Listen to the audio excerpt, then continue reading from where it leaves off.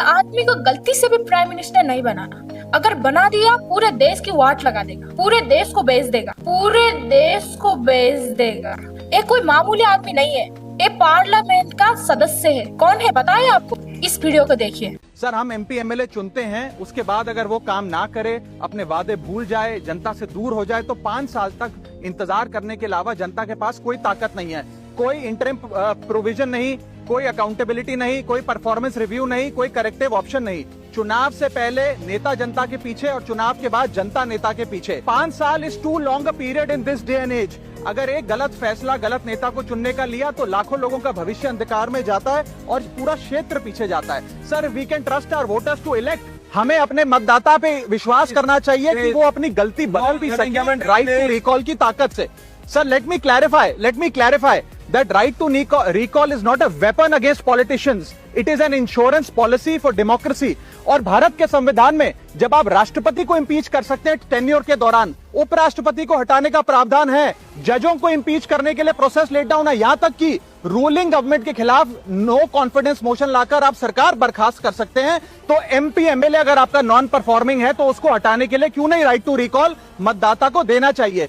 दुनिया की 24 से ज्यादा डेमोक्रेसीज में राइट टू रिकॉल का मैकेनिज्म लागू है, जिसमें यूएस, कनाडा, स्विट्जरलैंड जैसे देश है। मैं आपको उदाहरण देता हूं सर, कैलिफोर्निया में गवर्नर क्रिस डेविस नाम के नेता 2002 में चुने गए। उनके कार्यकाल में मैसिव पावर कट हुए, एनर्जी क्राइसिस हुआ, बजट की मिसमैनेजमेंट और गन शूटिंग की वारदातें हुई। उसके चलते 1.3 मिलियन कंस्टिट्यूएंट्स ने एक पिटीशन साइन करके दी कि इन्हें रिकॉल किया जाए। वहां के चुनाव आयोग ने रिकॉल वोट कराया 7 अक्टूबर 2003 को और 55% मतदाताओं ने वोट किया कि इस नेता को बर्खास्त किया जाए।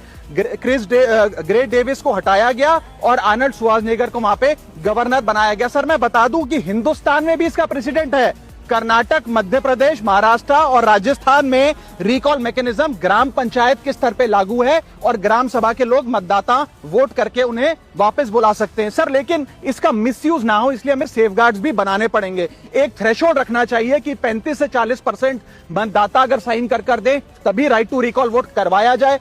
नेता को 18 महीने के लिए परफॉर्मेंस पीरियड देना चाहिए, कूलिंग ऑफ पीरियड, जिसमें उसे ना हटाया जाए। स्पेसिफिक ग्राउंड्स फॉर रिमूवल होने चाहिए ताकि फ्रिवलेस ग्राउंड्स ना हो और रिकॉल कम से कम 50% वोटों के बाद हो। ऐसा होगा तो पार्टियां भी ऐसे लोगों को टिकटें देंगी जो परफॉर्मर्स हो, ना कि नॉन परफॉर्मिंग एसेट, और भारत की डेमोक्रेसी मैच्योर होगी, सिटीजन एम्पावरमेंट बढ़ेगा and recall will give the voter the power to fix that right now. Raghav Chadha ये सिर्फ सदन का सदस्य नहीं है, ये एक आम आदमी की आवाज है। मैं चाहती हूँ ऐसे ही लोग आने वाले दिनों में प्राइम मिनिस्टर बने। इसमें आपका क्या कहना है मुझे कमेंट करके बताएं। चैनल पे नए हो तो चैनल को सब्सक्राइब करें और बेल आइकन बटन को दबाएं। मैं अंजलि, टूथब्रश न्यूज टीवी से। जय हिंद, जय भारत।